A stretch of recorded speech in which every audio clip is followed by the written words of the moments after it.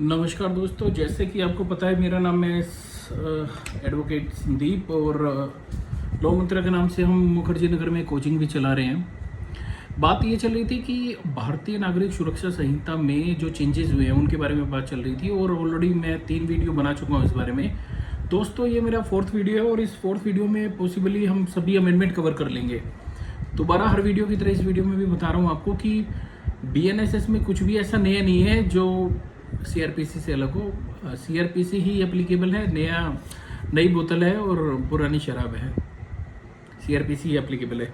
तो दोस्तों अब तक हम 64 अमेंडमेंट डिस्कस कर चुके हैं। अभी 65 से हम लोग शुरू करते हैं कि 65 अमेंडमेंट, इसकी टोटल जैसे 86 अमेंडमेंट हुई हैं आपके BNSS में, BNSS से 86 अमेंडमेंट हुई है। हम बात 64 तक कर चुके हैं। 65 देखिए दोस्तों, 65 में क्या है कि सेक्शन 262 ऐड किया गया है। 262 किन केसेस पर अप्लाई होता है? जो वारंट केसेस है। वारंट केसेस आपको पता है कि इंस्टीट्यूटेड ऑन पुलिस रिपोर्ट और instituted otherwise on police report होते हैं। तो जो वारंट केसेस हैं उसमें जब डॉक्यूमेंट सप्लाई किए जाएंगे, पुलिस रिपोर्ट की कॉपी या अगर प्राइवेट कंप्लेंट है तो कंप्लेंट की कॉपी जब एक्यूज्ड को सर्व की जाएगी, उस डॉक्यूमेंट के सर्व की डेट से 60 डेज दोस्तों एप्लीकेबल होंगे कि 60 डेज के अंदर अंदर वो डिस्चार्ज एप्लीकेशन फाइल कर सकता है। जिस डेट से उसको डॉक्यूमेंट सर्व हुए हैं उस डेट से 60 डेज उसकी लिमिटेशन एक शुरू हो रही है उसकी कि 60 डेज के अंदर अंदर उसको अपने डिस्चार्ज की एप्लीकेशन फाइल करनी है दोस्तों। उसके बाद क्या कह रहा है 263 क्या बता रहा है? 263 बता रहा है कि जैसे ही एक्यूज्ड की फर्स्ट हियरिंग हो जाएगी, फर्स्ट हियरिंग होने के बाद 60 डेज के अंदर अंदर चार्जेस फ्रेम होने चाहिए। तो डॉक्यूमेंट की सर्विस जब हो जाएगी, डॉक्यूमेंट जब उसको फर्निश किए जाएंगे एक्यूज्ड को, उसके 60 डेज के अंदर अंदर उसे डिस्चार्ज की एप्लीकेशन फाइल करनी है। और जिस दिन से वो उसकी फर्स्ट हियरिंग होगी, फर्स्ट हियरिंग के बाद से 60 डेज उसको मिलेंगे जिसके अंदर उसको चार्जेस फ्रेम हो जाएगा फर्स्ट हियरिंग के बाद से। तो 262 और 263 दोस्तों इसमें डिस्कस किए गए हैं। अगला नेक्स्ट अमेंडमेंट देखते हैं 66। इसमें बता रहा है 265 और 66 ऐड किए गए हैं दोस्तों। 265 और 266 ये डील करते हैं प्रोसिक्यूशन और डिफेंस की एविडेंस से। और विटनेसेस का जो एग्जामिनेशन है, चाहे वो डिफेंस के हैं चाहे प्रोसिक्यूशन के हैं, उनका examination audio video electronic means से किया जाएगा उस डेजिग्नेटेड प्लेस पर जिसको नोटिफाई कौन करेगा? State government. तो 265 266 में प्रोसिक्यूशन की एविडेंस है चाहे डिफेंस की एविडेंस है, इनकी evidence audio video electronic means से रिकॉर्ड की जाएगी और ऐसे डेजिग्नेटेड प्लेस पर की जाएगी जिसको स्टेट गवर्नमेंट नोटिफाई करेगा कि यहाँ पर जाकर विटनेसेस अपनी स्टेटमेंट रिकॉर्ड करा सकते हैं। उसके बाद देखिए दोस्तों अमेंडमेंट नंबर 67। इसमें बता रहा है सेक्शन 269 सबसेक्शन 7। अब ये कह रहा है कि अगर प्रोसिक्यूशन विटनेसेस की अटेंडेंस अगर सिक्योर ना हो, आपने सब कुछ कर लिया, सब एफर्ट कर लिए, समन्स कर लिया, वारंट कर लिया, अटैचमेंट भी कर ली प्रॉपर्टी विटनेसेस की, और विटनेसेस अपीयर नहीं हो रहा है, तो ये समझा जाएगा कि विटनेसेस अवेलेबल नहीं है और जो मजिस्ट्रेट है वो प्रोसिक्यूशन एविडेंस को क्लोज कर देगा और केस को प्रोसीड करेगा। जो भी रिकॉर्ड पर मटेरियल है उस मटेरियल रिकॉर्ड को देखते हुए केस को प्रोसीड करेगा। विटनेसेस की वेट नहीं करेगा, प्रोसिक्यूशन एविडेंस को क्लोज कर देगा दोस्तों। 269 सबसेक्शन 7 में अगर विटनेस अवेलेबल नहीं है और विटनेस नहीं आया काफी देर तक और सब एफर्ट्स कर लिए कोर्ट ने, उसके बाद अमेंडमेंट नंबर 68 दोस्तों सेक्शन 272 क्या कह रहा है कि अगर एक केस कंप्लेंट पर इंस्टीट्यूट हुआ है, इंटरेस्टिंग है दोस्तों, 272 क्या कह रहा है कि अगर आपने कंप्लेंट फाइल की है कोर्ट में और कंप्लेंट फाइल करने के बाद में कंप्लेनेंट एब्सेंट है, तो कोर्ट क्या करेगी? एक 30 डेज का नोटिस इश्यू करेगी कंप्लेनेंट को, और फिर भी अगर कंप्लेनेंट अपीयर नहीं होता तो केस को डिस्चार्ज कर देगी। एक बात। दूसरी बात, अगर उसको लगता है कि ये फॉल्स और फ्रिवलेस कंप्लेंट है तो भी एक्यूज्ड को डिस्चार्ज कर देगी दोस्तों। आगे 69 में, अगर 69 में क्या है, 274 में एक प्रोवाइजो ऐड किया गया है। सेक्शन 274 में समन्स केस में एक प्रोवाइजो ऐड किया गया है दोस्तों।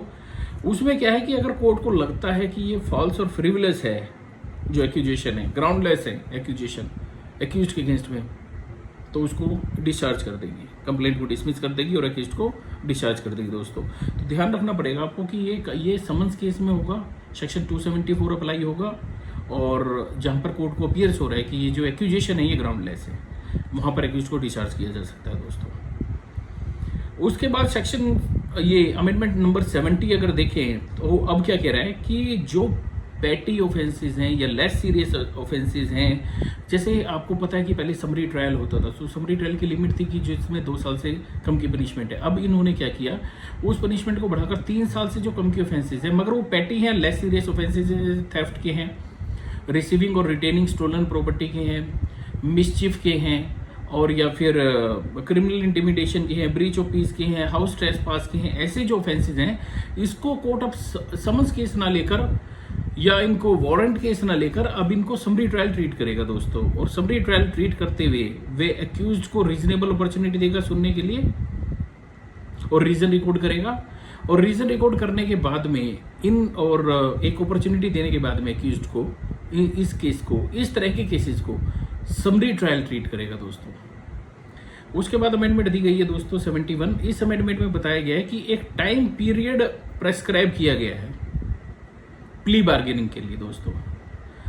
अब जिस डेट को चार्ज फ्रेम होता है दोस्तों, उस डेट से एक अब जो देखने वाली बात है दोस्तों, तो सीआरपीसी ये जो बीएनएसएस है, इसके जरिए एक फास्ट ट्रायल देने के लिए, एक स्पीड अप देने के लिए, एक्सपीडाइटिंग करने के लिए प्रोसेस को एक हर जगह एक प्रोविजन बनाया गया। 3 days, 60 days, 40 days, 90 days, 30 days में जजमेंट देगा, रीजन रिकॉर्ड करेगा, नहीं तो 45 डेज में जजमेंट देगा, 120 डेज में आपको सेंक्शन मिलेगी प्रोसिक्यूशन के लिए पब्लिक सर्वेंट को, और अगर डिस्चार्ज की एप्लीकेशन देने विद इन 60 डेज आपको देनी पड़ेगी जब एक्यूज प्रेजेंट होता है कोर्ट में, और फ्रेमिंग ऑफ चार्ज से 60 डेज आपको मिलेंगे अगर कोई और अदर आप इस तरह अगर कोई प्रोसीडिंग करती हैं तो आपको। तो दोस्तों एक लिमिटेशन दे दी गई है। तो उसी तरह 290 में अगर हम देखें तो चार्ज फ्रेम होने के बाद में वो प्ली बार्गेनिंग की एप्लीकेशन दे सकता है, मगर उसको 30 डेज मिलेंगे। अगर उसको लगता है कि प्ली बार्गेनिंग करानी है केस में, तो चार्ज फ्रेम की डेट से 30 डेज आपको मिलेंगे। 30 डेज में आप एप्लीकेशन फाइल कर सकते हो प्ली बार्गेनिंग की, और एप्लीकेशन के 30 डेज होने के बाद में 60 डेज में आपको म्यूचुअली सेटिस्फैक्ट्री डिस्पोजिशन की एप्लीकेशन फाइल करनी पड़ेगी कि हम लोग इन पॉइंट्स पर हम लोग एग्री हैं कॉम्प्रोमाइज करने के लिए। सेक्शन 72 अमेंडमेंट 72 अगर देखें तो सेक्शन 293 क्या कह रहा है दोस्तों। 293 में एक बड़ी एक लीनियंट अप्रोच देखी गई है दोस्तों। उसमें क्या है कि जहां पर कोई भी पनिशमेंट प्रेस्क्राइब्ड नहीं है किसी ऑफेंस की, ठीक है, और फर्स्ट टाइम ऑफेंडर है, अगर फर्स्ट टाइम ऑफेंडर है सेक्शन 293 में, तो कोर्ट क्या करेगी, उसको 1/4 पनिशमेंट दे सकती है दोस्तों जो फर्स्ट टाइम ऑफेंडर है, और एक लीनियंसी है, फर्स्ट टाइम ऑफेंडर है और लेस सीरियस जो ऑफेंसेस हैं। तो उसमें सेक्शन 293 में अब कोर्ट क्या करेगी, उसको फर्स्ट टाइम ऑफेंडर को 1/4 पनिशमेंट दे सकती है जो भी अपराध के लिए मिनिमम पनिशमेंट प्रेस्क्राइब्ड है। और अगर मिनिमम पनिशमेंट प्रेस्क्राइब्ड नहीं है तो जो भी मैक्सिमम पनिशमेंट इस अपराध की दी गई है उसका 1/6 इसको इम्पोज करके एक्यूज को छोड़ा जा सकता है दोस्तों। तो 1/4 होगी अगर मिनिमम प्रोवाइडेड है तो 293 की बात कर रहे हैं, और अगर मिनिमम प्रोवाइडेड नहीं है तो 1/6 पनिशमेंट एक्यूज को दी जा सकती है दोस्तों। उसके बाद में देखते हैं दोस्तों अमेंडमेंट नंबर 73। इसमें क्या कह रहा है कि टेक्नोलॉजी का इस्तेमाल किया जाएगा, टेक्नोलॉजी का ज़्यादा इस्तेमाल किया जाएगा। सेक्शन 308 की अगर बात करें तो ये कह रहा है कि ऑडियो वीडियो कॉन्फ्रेंसिंग के जरिए जो भी डेजिग्नेटेड प्लेस है स्टेट गवर्नमेंट द्वारा, और उसमें एक्यूज्ड के जो सिग्नेचर हैं या एक्यूज्ड का जो एग्जामिनेशन है वो ऑडियो वीडियो इलेक्ट्रॉनिक मीन्स से किया जाएगा। जो एक्यूज्ड का एग्जामिनेशन होता है, मान लो प्रोसिक्यूशन विटनेसेस जब खत्म होता है दोस्तों तो एक्यूज्ड का एग्जामिनेशन होता है, तो एक्यूज्ड के एग्जामिनेशन के लिए ऑडियो वीडियो इलेक्ट्रॉनिक मीन्स से भी किया जा सकता है, और जो एक्यूज्ड के सिग्नेचर हैं वो भी इस वीडियो कॉन्फ्रेंसिंग के माध्यम से ऑब्टेन किए जा सकते हैं 72 घंटों के अंदर अंदर। अगर ऑडियो वीडियो इलेक्ट्रॉनिक मीन्स से एक्यूज्ड का एग्जामिनेशन हो गया तो 72 आवर्स के अंदर उसके जो सिग्नेचर हैं वो ऑब्टेन किए जाएंगे। आगे देखिए दोस्तों अमेंडमेंट नंबर 74। इसमें बताया गया है कि अगर आपने किसी डॉक्यूमेंट को अगर चैलेंज करना है तो उस डॉक्यूमेंट को चैलेंज करने के लिए आपको 30 डेज मिलेंगे दोस्तों। और अगर कोई जो विटनेसेस हैं वो एग्जेम्प्टेड होंगे कि उनको कोर्ट के सामने नहीं बुलाया जा सकता जब तक कि इनकी जो रिपोर्ट डिस्प्यूटेड ना हो। अगर एक्सपर्ट ने कोई एविडेंस दिया कोर्ट में, एक्सपर्ट को एग्जामिन किया गया तो आपको 30 डेज मिलेंगे उसको डॉक्यूमेंट को डिस्प्यूट क्रिएट, अगर आपको लगता है कि डॉक्यूमेंट में कोई प्रॉब्लम है या डॉक्यूमेंट डिस्प्यूटेड है, तो उसको चैलेंज करने के लिए। मगर आप उसको एक्सपर्ट विटनेस को एज ए ऑर्डिनरी विटनेस नहीं बुला सकते जब तक कि कोर्ट ना चाहे। उसके बाद क्या है दोस्तों, अमेंडमेंट नंबर 76 अगर देखते हैं, अमेंडमेंट नंबर 76 बता रही है कि जो अभी नॉर्मली दोस्तों कोर्ट में क्या होता है कि एडवोकेट्स कोर्ट में जाते हैं और एडजमेंट ले लेते हैं दोस्तों। तो इसमें सेक्शन 346 ऐड किया गया है।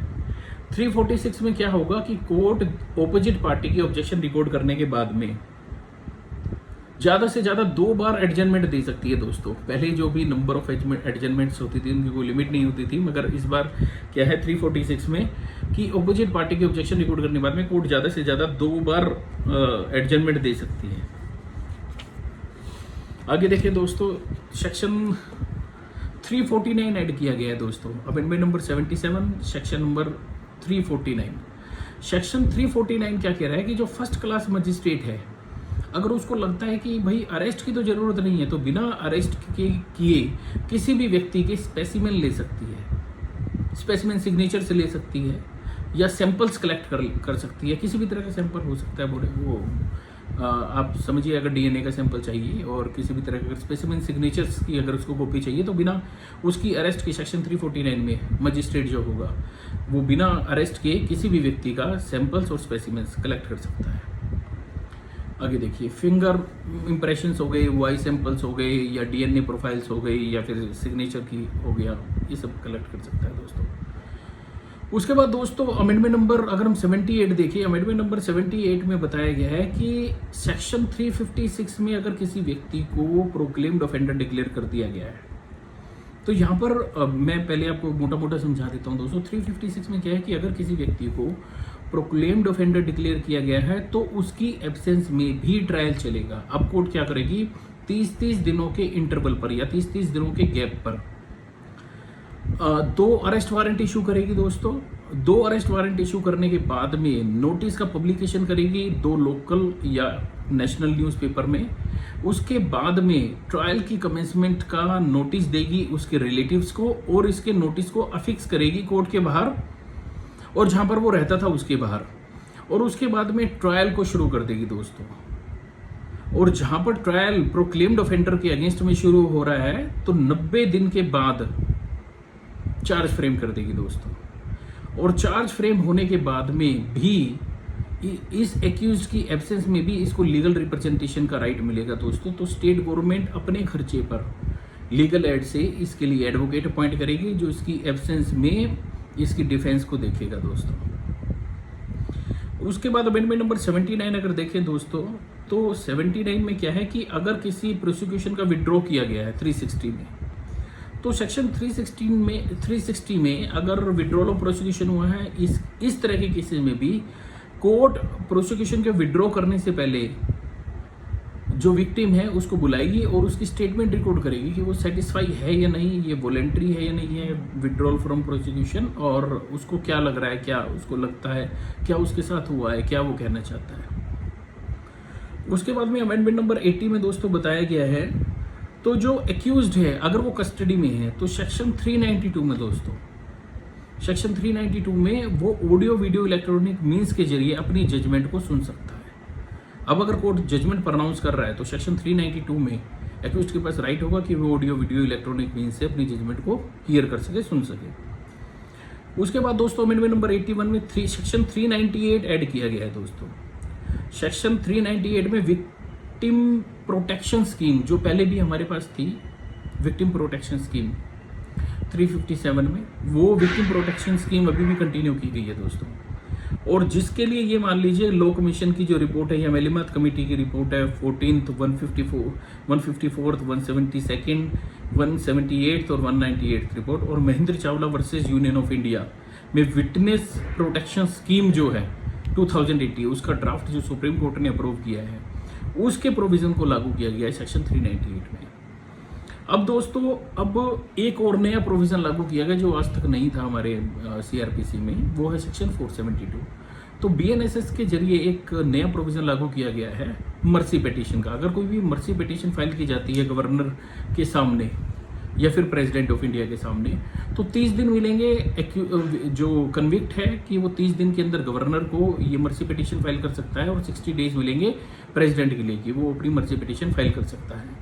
और जेल का सुप्रिटेंडेंट जो होगा उसके ऊपर रिस्पॉन्सिबिलिटी होगी कि वो कन्विक्ट को इन्फॉर्म करे कि डेथ सेंटेंस अगर कंफर्म हो चुका है, तो अगर कंफर्मेशन के लिए हाई कोर्ट में भेजा गया था और वहाँ से कंफर्मेशन हो चुकी है डेथ सेंटेंस की, तो जेल सुप्रिटेंडेंट की ड्यूटी होगी कि वो कन्विक्ट को इन्फॉर्म करेगा कि कंफर्म हो चुका है तुम्हारा डेथ सेंटेंस, या फिर अपील डिसमिस हो चुकी है, या review of special appeal, special leave to appeal जो सुप्रीम कोर्ट में जाती है वो डिसमिस हो चुकी है। एडिशनली जो जेल सुप्रिटेंडेंट होगा वो ये इंश्योर करेगा कि हर एक जो कन्विक्ट है या फिर बहुत ज़्यादा मल्टीपल कन्विक्ट हैं वो अपनी mercy petition with in 60 days file कर दें। और अगर कोई भी पिटीशन अगर रिसीव नहीं की गई इन कन्विक्ट से, तो जेल सुप्रिटेंडेंट की ड्यूटी होगी, जेल सुप्रिटेंडेंट से रिक्वायर होगा कि उनके नेम, एड्रेस और केस का रिकॉर्ड सेंट्रल या स्टेट गवर्नमेंट को भेजें और साथ में मर्सी पिटीशन को फाइल कर दें।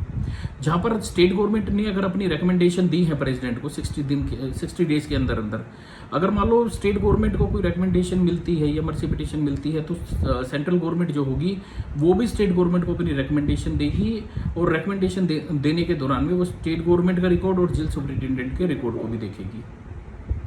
अगर कोई भी अपील लाई नहीं करती, पर ये भी ध्यान रखना कि ये जो मर्सी पिटीशन है, अगर गवर्नर ने या प्रेसिडेंट ने अगर इस मर्सी पिटीशन को डिसमिस कर दिया तो इसके अगेंस्ट में कोई भी अपील फाइल नहीं होगी, ये फाइनल होगा। उसके बाद में अमेंडमेंट नंबर 83 में बताया गया है दोस्तों, जो सेक्शन 474 ऐड किया गया है। 474 के पास एक पावर होगी सेक्शन 474 BNSS में, उसके जरिए किसी भी सेंटेंस को कम्यूट किया जाएगा फाइन में, यानी उसको चेंज कर दिया जाएगा। अगर किसी भी तरह का सेंटेंस है उस सेंटेंस को चेंज करके फाइन में किया जा सकता है। अगर वो किसी तरह की इम्प्रिजनमेंट है 5 ईयर्स, 7 या 3 ईयर्स, तो उसको चेंज करके फाइन में कन्वर्ट कर देगा। उसके बाद में 84 अमेंडमेंट देखें तो सेक्शन 479 जो बेल से रिलेटेड है अंडर ट्रायल प्रिजनर की, इसको बड़ा रिलैक्स और लिबरलाइज कर दिया गया है दोस्तों। पहले क्या होता था कि 1/2 सेंटेंस जो सर्व कर चुका है कि उसी के पास राइट होता था, उसी को बेल मिलती थी। अब अगर 1/3 सेंटेंस भी सर्व कर लिया है उसने, तो 1/3 या 1/2 सेंटेंस सर्व करने के बाद में ये जेल सुप्रिटेंडेंट की ड्यूटी होगी कि वो बेल एप्लीकेशन फाइल करें इन कन्विक्ट के लिए, इनकी बेल के लिए। मगर ये ध्यान रखना कि अगर कोई कन्विक्ट है जिसको डेथ सेंटेंस या लाइफ इम्प्रिजनमेंट है, तो उसको इस प्रोविजन के परव्यू से बाहर रखा गया है। उसके बाद अमेंडमेंट नंबर 85 अगर हम देखें तो इसमें सेक्शन 497 इंट्रोड्यूस किया गया है। 497 क्या कहता है दोस्तों कि जो केस प्रॉपर्टीज है, केस प्रॉपर्टीज का क्विक डिस्पोजल किया जाएगा। अब क्या कह रहा है कि एक स्टेटमेंट तैयार की जाएगी जिस दिन से इस केस प्रॉपर्टी की कोई भी अगर प्रॉपर्टी फॉरफिट की जाती है कोर्ट द्वारा या अटैच की जाती है, उसकी फोटोग्राफी की जाएगी और वीडियोग्राफी की जाएगी 14 दिन के अंदर अंदर, और फोटोग्राफी के 14 दिन के अंदर अंदर एक स्टेटमेंट तैयार किया जाएगा इस प्रॉपर्टी का, और इस स्टेटमेंट फोटोग्राफी और वीडियोग्राफी को एविडेंस के तौर पर कोर्ट में इस्तेमाल किया जाएगा। और कोर्ट इस स्टेटमेंट के तैयार होने के 30 दिन के अंदर अंदर ऑर्डर कर देगी इस प्रॉपर्टी को डिस्पोज किया जाए, डिस्ट्रक्शन किया जाए, कन्फिस्केशन किया जाए या डिलीवरी कर दी जाए, जो भी एंटाइटल्ड है इस प्रॉपर्टी के। सपोज कोई मोटरसाइकिल चोरी होती है तो इस स्टेटमेंट तैयार हो गई, स्टेटमेंट 14 डेज में तैयार हो गई, उसके बाद में इसकी वीडियोग्राफी और फोटोग्राफी को एविडेंस के तौर पर इस्तेमाल किया जा रहा है, और ये स्टेटमेंट तैयार होने के 30 डेज के अंदर अंदर कोर्ट ऑर्डर कर देगी कि इसको डिलीवरी कर दी जाए। अगर ये चोरी की मोटरसाइकिल थी तो मालिक को दे दी जाए, मगर अगर ड्रग्स है तो उसका डिस्ट्रक्शन कर दिया जाए। उसके बाद दोस्तों अमेंडमेंट नंबर 86 देखते हैं। 86 क्या कहता है कि ये जितने भी ट्रायल्स, इंक्वायरी या प्रोसीडिंग्स होंगी BNSS में वो टेक्नोलॉजी से कंपेटेबल होंगी, यानी जो भी प्रोसीडिंग है वो टेक्नोलॉजी के साथ साथ चलेंगी और इलेक्ट्रॉनिक मोड में चलेंगी, इलेक्ट्रॉनिक कम्युनिकेशन के थ्रू चलेंगी और ऑडियो वीडियो इलेक्ट्रॉनिक मीन्स के थ्रू चलेंगी। यानी ये जो भी प्रोसीडिंग इसमें की जाएगी, ट्रायल होगा, जो भी इंक्वायरी होगी, प्रोसीडिंग होगी, वो 530 BNSS में वो सारी प्रोसीडिंग टेक्नोलॉजी के साथ कंपेटेबल की जाएगी और टेक्नोलॉजी के साथ साथ कदम मिला के चलेंगे दोस्तों। तो दोस्तों अब ये समझिए कि ये अमेंडमेंट्स हैं, ये कुछ डिस्कशन है, ये आप सुन लेना वीडियो, और वीडियो सुनने के बाद अगर आपको लगता है कि कुछ समझ में आया तो ज़रूर बताइएगा, अपने कमेंट्स दीजिएगा ताकि मुझे भी पता लगे। मुझे नहीं लगता कि इसमें कुछ मुश्किल है या कुछ प्रॉब्लम है, बस ये है कि कुछ चेंजेस हैं और कुछ जो सीरियल नंबर है वो चेंज कर दिए गए, वो आपको दोबारा देखने पड़ेंगे, मुझे भी दोबारा देखने पड़ेंगे दोस्तों। तो उसके लिए तो थोड़ी मेहनत करनी पड़ेगी, बट इतना बड़ा कोई डिजास्टर नहीं है, चेंज नहीं है, BNSS वही है, नई बोतल पुरानी शराब। Thank you.